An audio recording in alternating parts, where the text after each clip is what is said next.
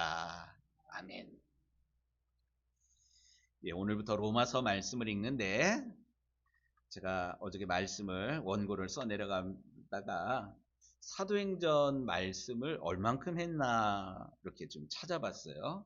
예, 2024년 5월 26일부터 지난주까지 한 2년 가까이 사도행전을 가지고 설교를 했더라고요.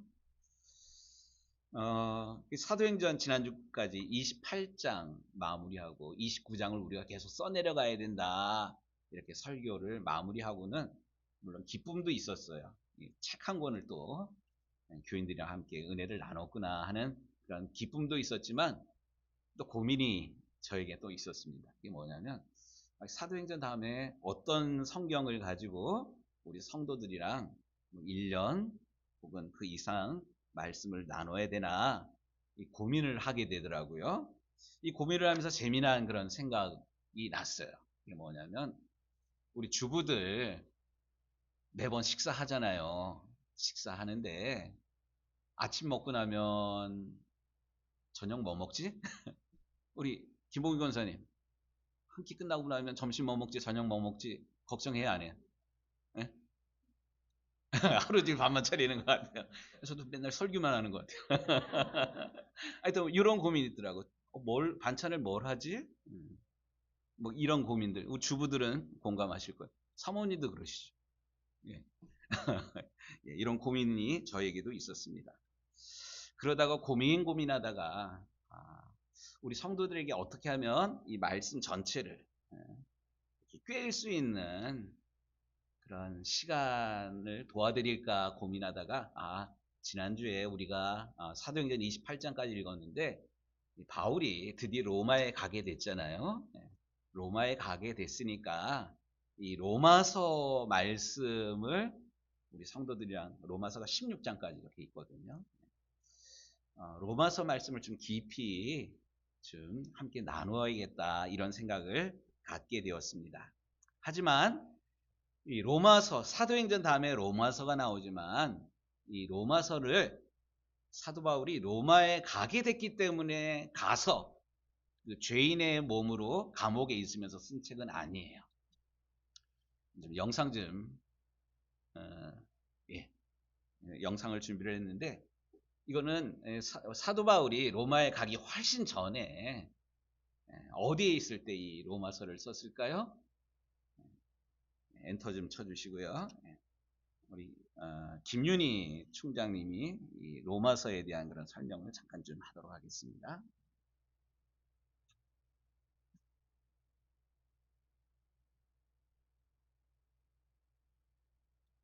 우리 은택 집사 좀 격려 좀 해주세요. 애쓴다고. 예, 힘내요. 고마워요. 예.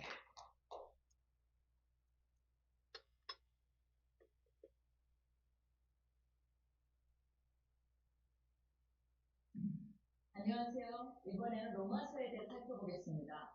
로마서는 사도 바울에 의해 쓰여졌습니다. 로마서 내용에 따르면 바울은 여러 번 로마 방문을 시도했으나 번번이 가지 못했습니다. 그럼에도 불구하고 그는 여전히 로마 교회를 방문하고 싶다는 사실을 말했으며 로마 성도들에게 자신의 방문을 준비시키고자 이 서신을 기록한 것으로 보입니다. 이 서신이 쓰일 당시에 바울이 3차 전도 여행에 끝무렵에 들어선 때였습니다. 주 57년 또는 58년경 고린도에서 썼을 것입니다. 그는 마게도냐와 아가야에서 예루살렘의 성도들 중 가난한 이들을 위한 모금 사역 중이었습니다. 그는 전도 여행 중 많은 사람들로부터 로마 교회에 대한 소식을 들었을 것입니다. 로마서 16장에 언급되어 있는 수많은 성도들의 이름은 직접 로마에 가보지는 않았지만 그곳의 교회에 대하여 잘 알 수 있도록 도와준 이들일 것입니다. 사도 바울은 로마 방문이 멀지 않았다는 확신이 들자 기습적인 더디오를 통해 로마서를 작성하여 보내게 된 것입니다.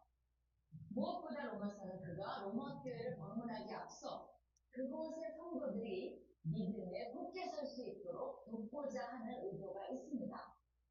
또한 방문 후에 계획하고 있었던 스페인 정부의 재정적 후원을 받으려는 생각도 있었습니다. 유대 기독교인들을 돕기 위해 모금하는 상황이었고 이방인이 다수였던 로마 교회의 기독교인들에게 자칫 오해를 살 수 있었습니다.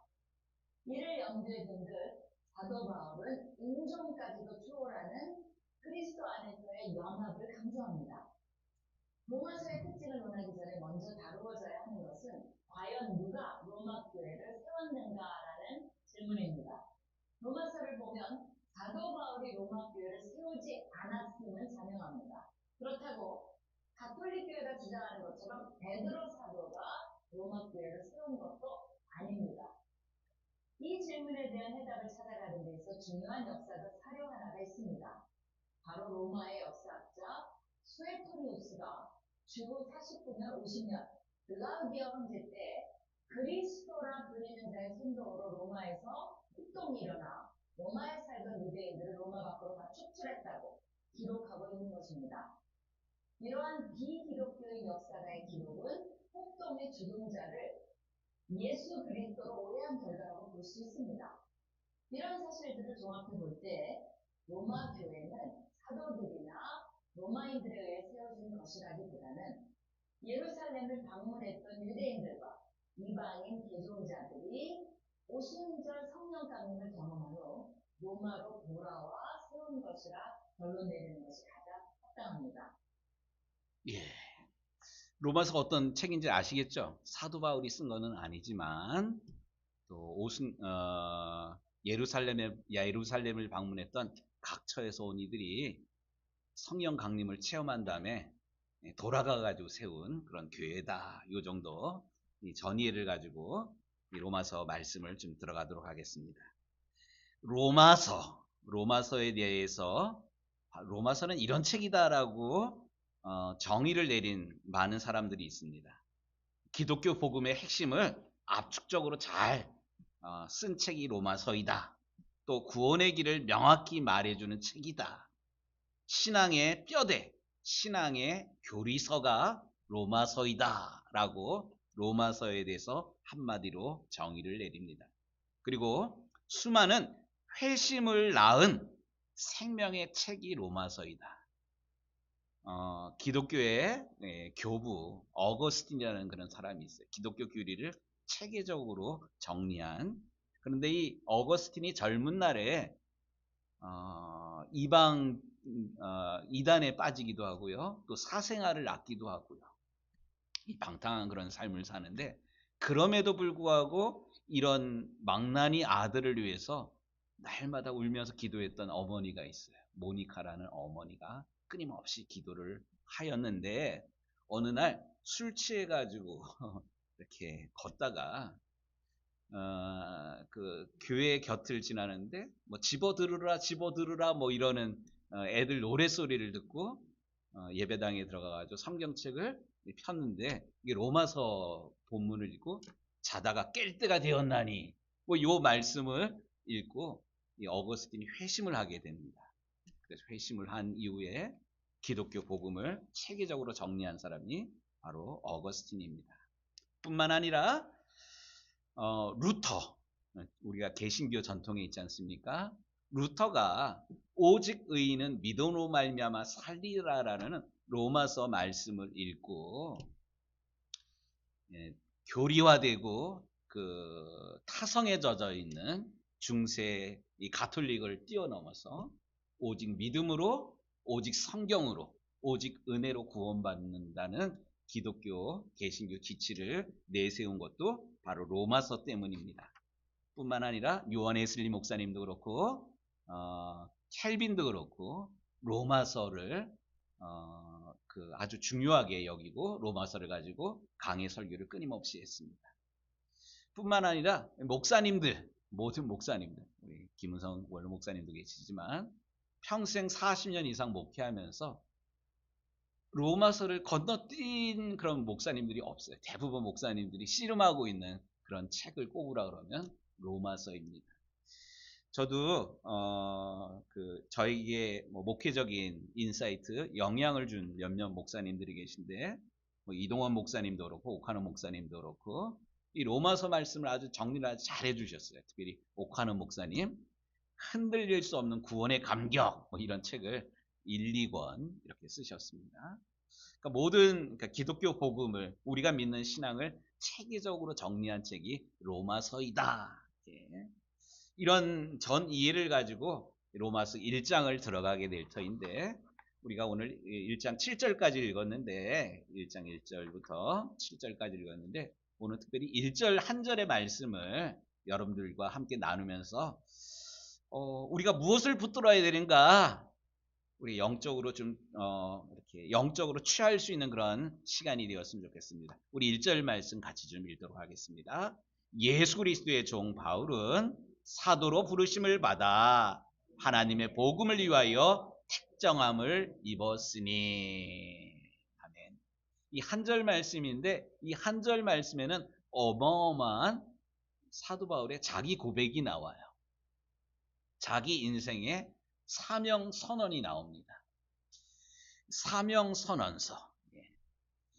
요즘은 흔한 그런 일이기도 하지만 뭐 웬만한 회사들 또 웬만한 기업들 기관들 보면 이렇게 캐치프레이즈가 있어요. 예를 들어서 우리 광주시의 캐치프레이즈가 뭔가요? 행복한 도시? 뭐 그런 거 있잖아요. 예, 뭐 이런 거 있어요. 이게 사명선언서예요. 교회들도 마찬가지예요.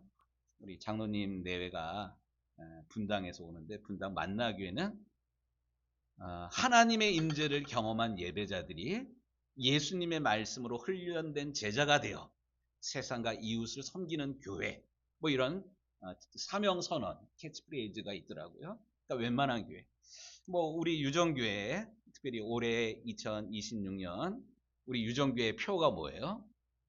달려온 40년, 달려갈 40년. 이거 딱 보면 우리 목사님, 이 교회가 올해 40주년 되는 해이구나. 뭐 이런 거 이렇게 느껴지잖아요. 그냥 40주년 기념 예배 이런 게 아니라 특별하게 이 유정교회가 품고 있는 뭐 비전이 뭐 있나 보다. 뭐 이런 생각들 갖게 되잖아요. 이런 것처럼 사도 바울도 이 로마서를 시작하면서 가장 먼저 자기의 사명 선언을 자기 고백을 하고 있다라는 사실이에요. 그렇다면 사도 바울이 이 로마서라는 어마어마한 책을 쓰면서 1장 1절에 이 세 가지를 사실 고백을 하고 있는데 그 고백하는 내용의 의미가 무엇인지 한번 좀 살펴보도록 하겠습니다. 첫 번째는 나는 그리스도의 종입니다. 나는 종놈입니다. 뭐 이런 개념이에요. 나는 종입니다라는 그런 선언을 하고 있습니다. 여기 종이라는 단어, 둘로스라는 그런 단어, 둘로스 발음이 부드러워요 사실. 둘로스. 하지만 이 둘로스라는 단어가 편한 단어가 아니에요. 노예라는 단어입니다. 종이라는 단어입니다. 종은 자기 것이 전혀 없어요. 몸도 마찬가지고 시간도 그렇고 그 인생 자체가 내게 아니에요. 주인의 것입니다. 자신의 의지보다 주인의 뜻이 우선입니다. 또 종은 스스로 신분을 바꿀 수가 없어요. 주인의 결정에 따라서 팔리기도 하고 또 팔려오기도 합니다. 이런 인생이 어떻게 있을 수가 있어요? 종의 존재의 이유는 오직 주인을 위해서 사는 것이 종의 존재 이유입니다. 그런데 사실 가만히 보면 바울은 태어나면서 종이 아니었어요. 자유인입니다. 자유인일 뿐만 아니라 나면서부터 로마 시민권을 가진 특권층의 사람이었습니다. 또 유대인이면서 정통 바리새파 사람입니다. 당시 최고의 율법학자인 가말리의 문화에서 율법에 대해서 정통적으로 배운 그런 특별한 사람입니다. 하지만 예수님을 만난 다음에 내가 바리새파 사람이고 가말리의 문화에서 뭐 공부했고 나면서부터 로마 시민권을 가진 것 자랑할 만한 모든 것을 배설물로 여깁니다.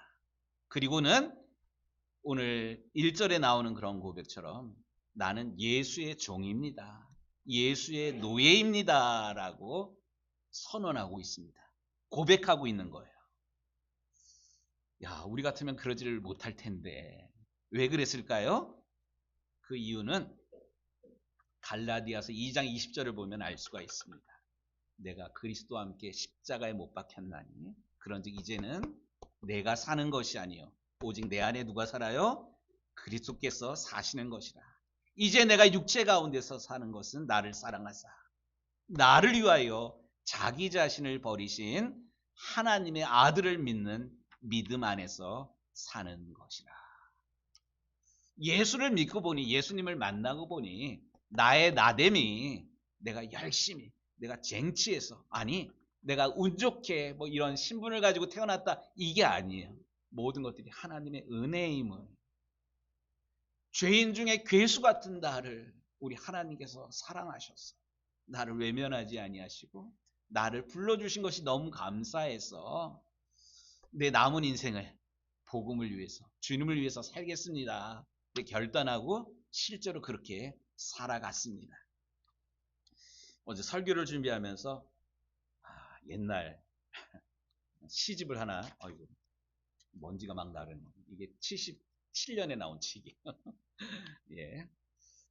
한용운이라는, 만해 한용운이라는 그 사람이 쓴 님의 침묵이라는, 학교 다닐 때 읽었던 책들이실 겁니다.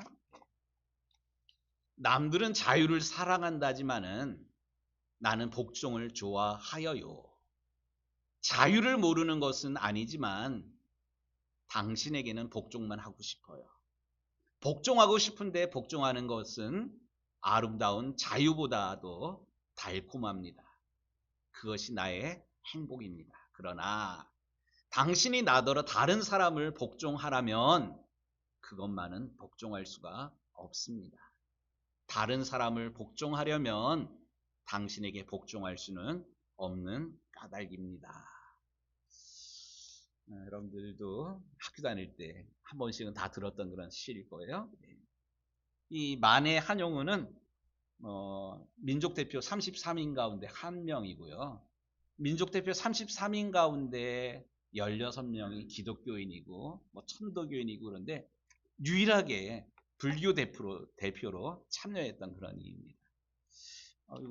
뭐 목사님이 왜 스님의 책을 인용을 하냐? 뭐 여기서 말하는 당신, 이게 종교적인 의미로 뭐 석가모니 부처님일 수도 있어요. 하지만 만해 한용운이 다른 스님들처럼 뭐 해탈을 위해서만 사는 게 아니라 나라와 민족을 위해서 헌신했던 그런 삶을 보면 이 만해 한용운에게는 이 조국, 대한민국, 조선이, 잃어버린 조선이 당신, 님일 수도 있어요. 하지만 더 궁극적인 그런 의미로 우리 기독교인 신앙의 눈으로 이 시를 읽게 된다면 이 님은 누구냐? 우리 하나님, 우리를 구원하신 예수님이라는 사실입니다. 사도 바울이 바로 이런 고백을 하고 있는 거예요. 나 같은 죄인 살리신 주 은혜 고마워 놀라워. 잃었던 생명 찾았고 감격을, 어쨌든 이런 고백을 하는 그런 것처럼 사도 바울이 구원받고 보니까 이런 모든 것들 내려놓고 나를 구원해 주신 우리 주님을 위해서 내가 충성을 다하겠습니다. 나는 그리스도의 종입니다. 그리스도의 노예입니다. 라는 고백으로 그의 인생이 바뀌었다라는 사실입니다. 뿐만 아니라 오늘 로마서 1장 1절 한 절에 나오는 사도 바울의 두 번째 중요한 그런 사명 선언이 있는데, 고백이 있는데, 그게 뭐냐면 나는 사도로 부름받았습니다 라는 고백이 나옵니다. 사도, 아포스톨로스라는 그런 히라버 단어를 쓰고 있는데, 이거는 보냄을 받은 사람이라는 그런 뜻입니다. 사도는 지위나 권위를 이야기하는 것 아니에요. 우스갯소리로 다음 주일이 종려주일이잖아요. 종려주일날 무슨 일이 있었어요? 예수님 예루살렘에 들어갈 때 사람들 옷 벗어서 깔고 호산나 호산나 찬양하고 그랬잖아요. 그 다음날 예수님을 태우고 예루살렘에 들어갔던 이 나귀가 거리에 와가지고 두리번 사람들을 찾았다 그래요. 왜 찾았대요? 어제 그 사람들 다 어디 갔어? 무슨 얘기입니까? 어제 자기가 예루살렘에 들어갈 때 사람들이 막 모여서 막 손 흔들고 환호했던 그런 게 자기를 환영하는 줄 알았던 거예요. 이런 나귀를 어떻게 해야 돼요? 잡아 먹어야 돼, 이런 놈. 제정신 못 차리는 놈이에요. 사도도 마찬가지예요. 사도. 우리가 아까 종 얘기했잖아요. 사도 바울이 나는 종입니다. 그런 이야기와 함께 나는 사도입니다. 보냄을 받은 사람입니다. 하나님께서, 주님께서 나를 보내셨습니다. 여기에 이제 핵심은 내가 아니라 보내신 그 분이에요. 사도 바울은 처음부터 사도로 자원했던 사람이 아닙니다. 오히려 반대 방향으로 갔던 사람이 사도 바울입니다. 하지만 다메섹에서 강권적으로 찾아오신 그 주님의 은혜로 은혜의 침입이라는 것은 단어를 제가 읽은 자료에서는 이야기하던데 강권적으로 우리 주님께서 사도 바울을 부르셨어요. 이방인에게 복음을 전하도록 하기 위해서. 오늘날 우리는 착각합니다. 사도 이러면 주의 종, 목사님들만 사도라고 생각을 합니다. 아니에요. 우리 개신교 전통에서는 목사들만, 주의 종들만 사도가 아니라 만인사제, 따라해 보도록 하겠습니다. 만인사제. 우리 모든 사람들이 하나님으로부터 부름받은 사람들이에요. 아까 당나귀, 그 어린 나귀 얘기를 했는데, 저를 여러분들이 주의 종이라고 부르지 않습니까?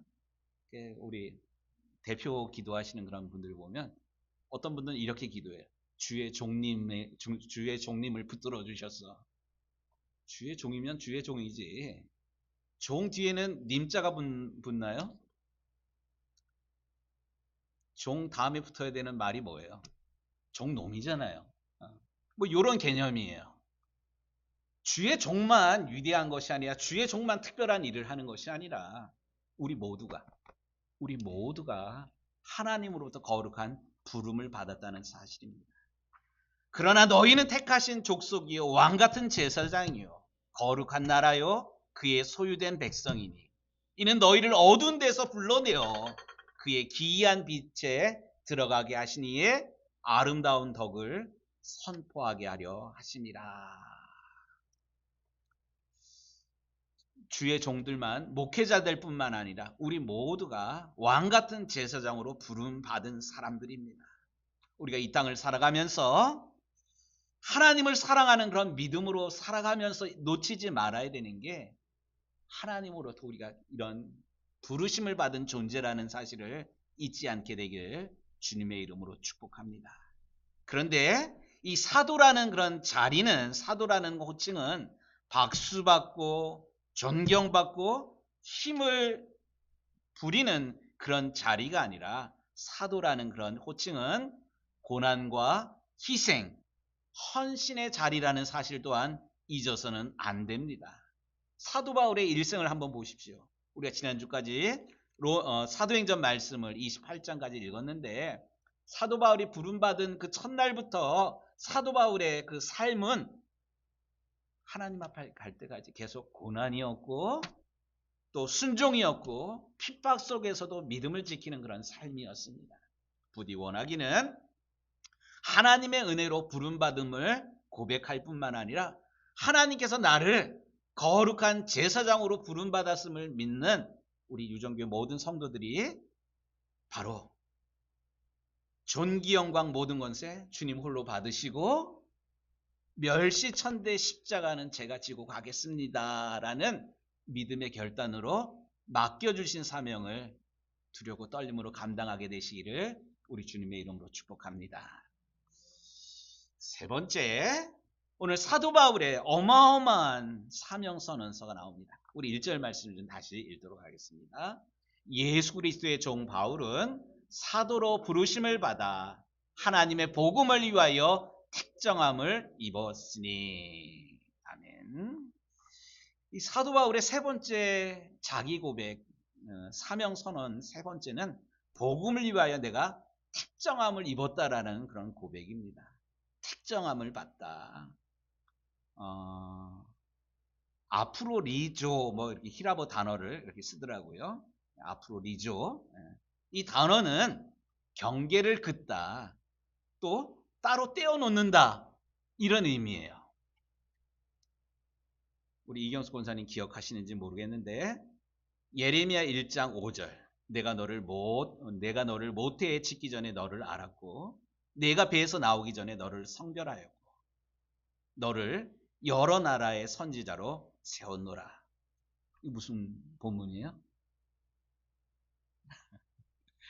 아들이 그 신학교 가면서 또 신학교 한 학기 마치고 신학생 주일 때 설교했을 이 본문을 가지고 설교를 했어요. 관영 전도사가. 저도 한 89년도에 신학교 갔을 때 저희 고향교에서 와서 신학생 주일 지킨다고 설교하라 그랬을 때 공교롭게도 이 본문을 가지고 설교를 했어요. 고향교회에서 설교라는 게 쉬운 일이 아니에요. 제가 큰 걸 다 아는데, 교회 권사님들이 다 아는데 설교를 해야 되는데 뭘 어떻게 설교해야 될지 정말로 모르겠더라고요. 첫 설교인데. 기도하면서 선택한 본문이 예레미야 1장 5절 내가 너를 모태에 짓기 전에 너를 알았고 내가 배에서 나오기 전에 너를 성별하였고 너를 여러 나라의 선지자로 세웠노라. 곧 하나님의 특별한 부르심이 있었다라는 그런 고백입니다. 너는 내 것이다. 이런 말씀이기도 합니다. 성도 여러분, 강 목사가 설교하면서 계속 강조했던 말씀 가운데 하나가 뭐냐면 이 세상에 존재하는 모든 것들이 가지고 있는 공통점이 두 가지가 있다 그랬어요. 첫 번째는 뭐가 있어요? 이름이 있어요. 이름만 있는 게 아니라 이름에 걸맞는 목적이 있어요. 이 세상에 존재하는 모든 것들이 가지고 있는 공통점입니다. 그런데 이름이 있다면 이름에 걸맞는 그런 인생을 살아가야 되는데 그러질 못해요. 죄라는 단어가 하마르티아라는 그런 단어 있잖아요. 관역에서 벗어났다. 목적에서 벗어난 게 죄입니다. 우리가 새벽마다 공동체 성경 읽기 말씀을 쭉 읽고 있는데 지금 사사기 말씀을 읽고 있지 않습니까? 사사기 말씀의 주제가 뭐예요? 그때 이스라엘에 왕이 없었으므로 사람들이 뭐를 가지고 살았어요? 자기의 소견에 옳은 대로 살았더라. 하나님은 분명히 이스라엘을 여기까지 인도하셨고 함께 하셨는데 이런 하나님 눈에 안 보인다고 지 마음대로 지 속에는 옳은 대로 살아갔어요. 그러다 계속 의도 터지고 또 하나님 앞에 회개하면 하나님이 또 다른 사사를 세워서 오늘 읽은 말씀은 새벽에 읽은 말씀은 삼손인데 삼손도 결국 지 힘이 머리카락에서 나온 줄 알다가 결국 눈알 빠지고 뭐 나중에 회개하게 되잖아요. 자기 소견에 옳은 대로 살아가는 우리 인생들. 그렇기 때문에 우리가 믿음을 저버리지 않으려면 끊임없이 물어야 돼요. 스스로. 나는 누구인가? 라는 질문 말고요. 나는 누구의 것인가? 나는 누구에게 속하여 있나? 좀 따라하겠습니다. 나는 누구의 것인가? 나는 누구에게 속하여야 하나? 예. 여러분 누구입니까? 누구에게 속해 있습니까? 하나님께 속해 있어야만 합니다. 성경이 이 바울을 집중하는 이유는 바울이 여러 가지 일을 했기 때문이 아니에요. 바울이 오직 한 가지 일에 집중하고 있기 때문에 성경은 바울에 대해서 집중하고 있습니다. 빌립보서 1장 21절 말씀 내게 사는 것은 그리스도니 죽는 것 또한 유익함이라. 나는 죽고 예수로 살아가는데 결국 내 안에 살아계신 이가 누구예요? 그리스도예요. 이 하나님이십니다. 바울의 존재 이유는 처음부터 끝까지 복음이신 예수 그리스도에게 사로잡혀서 우리 예수님께서 원하셨던 것, 땅끝까지 복음을 전하는 일에만 집중을 하였습니다. 복음을 위하여 복음을 전하는 일에만 집중했습니다. 택정함이란 아까도 구별되다 이런 뜻이라 그랬잖아요. 구별되다. 이 구별되다는 그런 말의 또 다른 뜻은 다른 것들은 포기한다라는 그런 말의 뜻입니다. 우리 사랑하는 성도 여러분, 여러분들은 그리스도인입니까? 여러분은 성도입니까? 여러분들이 그리스도인이면서 성도라는 그런 자기 정체성을 분명히 가지고 있습니까? 그렇다면 이 질문을 이렇게 바꾸어서 내 스스로에게 한번 던져보십시오. 내 인생의 주인은 누구인가? 내 인생의 진짜 주인은 누구인가? 내 인생 내 거지. 그거 말고요. 우리가 예수님 믿는 사람이잖아요. 나는 죽고 예수로 살아간다고 고백을 하잖아요. 그러니까 내 안에 누가 나를 다스리시는 거예요. 예수님이 다스려야만 합니다. 이것이 우리의 진짜 고백이 되기를 원합니다. 또 성도라면 우리는 무엇을 위해서 살아가야만 합니까?